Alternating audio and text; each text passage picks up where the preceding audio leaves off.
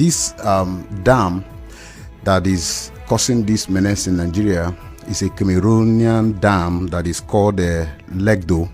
It was built in 1977. Okay, and there is an agreement they had with Nigeria when they were building this dam that Nigeria is also going to build a counterpart dam that is called Dasin Hausa Dam.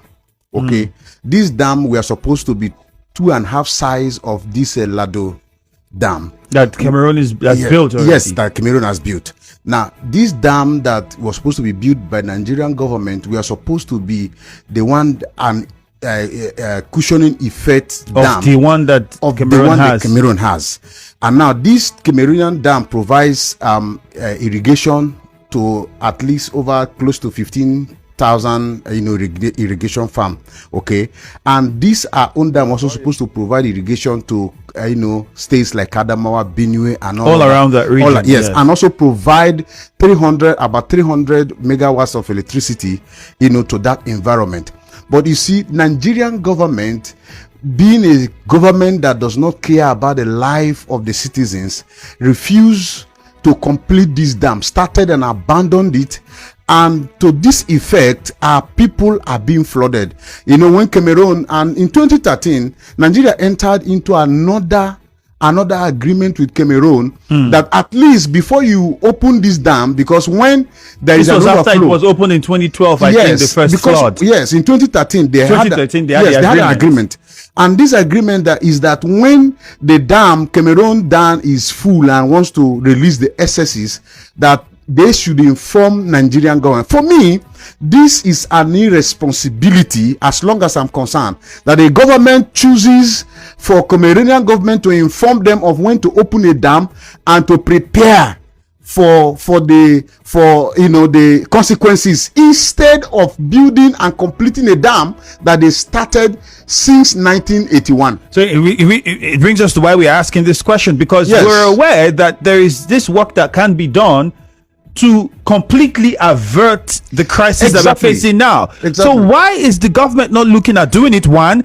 And then the states that are affected, why aren't those state governments also talking about this situation? Because I was also going through the history of this, and I realized that, okay, you can actually take care of this problem, and we would not have the situation we're having now in Rivers State, in parts of in Delta State, in Bayelsa State, and many other states. And this will come every 10 years at this magnitude. As we speak, on the East-West Road going to Delta State, people are saying that the waters already are beginning to come take over the roads, and that is also another problem. It might be a repeat of 2012. Well, we hope it doesn't get to that level.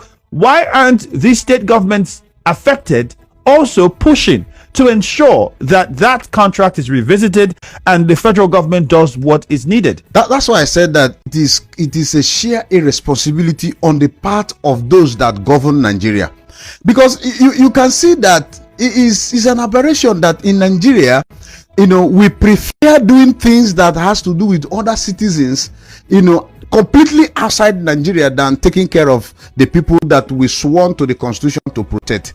Okay, I think that all the states that are involved, the northern states and the southern states, and even in the middle belt, especially the Benue State, now it's taken over by flood. Water is released it passes through River Benue. Exactly. Okay, so it's a responsibility on the part of government. I am thinking that now government should be talking about how to complete that dam instead of talking about relief material. Did you watch in Anambra State, you see people dying? Did you watch and see in Benue people died? As I speak to you, the entire Edema has been cut off. I can't go to my village. Okay, even the East-West Road is an understatement to say it's about to. A part of East-West Road has already been cut off already. Okay, now if I'm going to my village now, I get to a point, Ikri Road has been cut off. If I get to a point, you have to use canoe. In fact, you don't need to even drive your vehicle back home. You get to a point, you use canoe and cross over, and then you continue. You get to another point, you use canoe and cross over. Look at to further buttress the irresponsibility of the government. If you get to Ibocha Bridge is directly opposite Nigerian Ajip Oil Company. okay, where that tank facilities are. Now, if you get to that bridge, there is a bridge there that has been built for over how many years?